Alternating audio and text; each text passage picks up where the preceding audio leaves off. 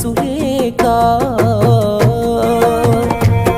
నువ్వు ఊర్వశివని కాదే నిన్ను ప్రేమించింది, నువ్వు దేవతవని కాదే నిన్ను పూజించింది, నువ్వు నింగివని కాదే నేలనేమైంది, నా ప్రాణం అనే కదా నీకు అలుసయ్యింది.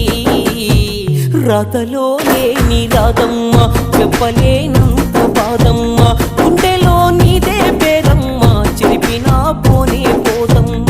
రాతలో లేని రాదమ్మ